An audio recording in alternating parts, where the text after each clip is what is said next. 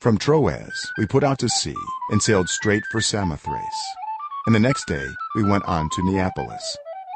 From there we traveled to Philippi, a Roman colony and the leading city of that district of Macedonia, and we stayed there several days.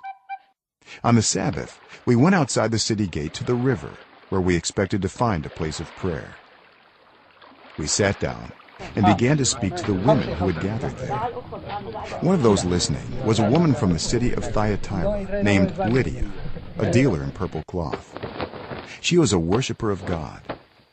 The Lord opened her heart to respond to Paul's message. When she and the members of her household were baptized, she invited us to her home. "If you consider me a believer in the Lord," she said, "come and stay at my house." And she persuaded us.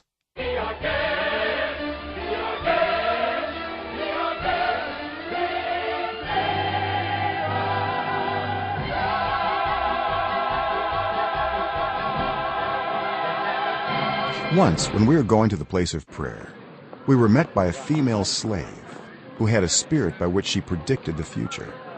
She earned a great deal of money for her owners by fortune-telling. Hello, I'm talking to you. Hello. She followed Paul and the rest of us, shouting, "These men are servants of the Most High God. We're telling you the way to be saved." She kept this up for many days. Finally, Paul became so annoyed that he turned around and said to the spirit, "In the name of Jesus Christ, I command you to come out of her." At that moment, the spirit left her. When her owners realized that their hope of making money was gone, they seized Paul and Silas and dragged them into the marketplace to face the authorities. They brought them before the magistrates and said, "These men are Jews and are throwing our city into an uproar by advocating customs unlawful for us Romans to accept or practice." The crowd joined in the attack against Paul and Silas, and the magistrates ordered them to be stripped and beaten with rods.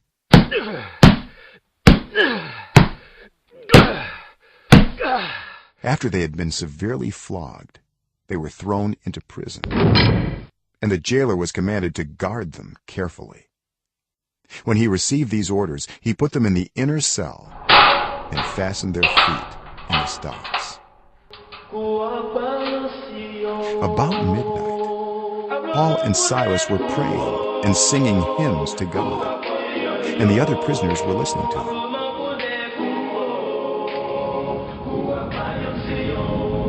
Suddenly, there was such a violent earthquake that the foundations of the prison were shaken. At once, all the prison doors flew open, and everyone's chains came loose. The jailer woke up, and when he saw the prison doors open, he drew his sword and was about to kill himself because he thought the prisoners had escaped. But Paul shouted, "Don't harm yourself. We are all here." The jailer called for lights, rushed in, and fell trembling before Paul and Silas. He then brought them out and asked, "Sirs, what must I do to be saved?" They replied, "Believe in the Lord Jesus, and you will be saved, you and your household." Then they spoke the word of the Lord to him and to all the others in his house. At that hour of the night, the jailer took them and washed their wounds. Then immediately he and all his household were baptized. The jailer brought them into his house and set a meal before them. He was filled with joy because he had come to believe in God, he and his whole household. When it was daylight, the magistrates sent their officers to the jailer with the order, "Release those men." The jailer told Paul, "The magistrates have ordered that you and Silas be released. Now you can leave. Go in peace." But Paul said to the officers, "They beat us publicly without a trial, even though we are Roman citizens, and threw us into prison. And now do they want to get rid of us quietly? No. Let them come themselves and escort us out."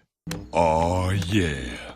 The officers reported this to the magistrates, and when they heard that Paul and Silas were Roman citizens, they were alarmed.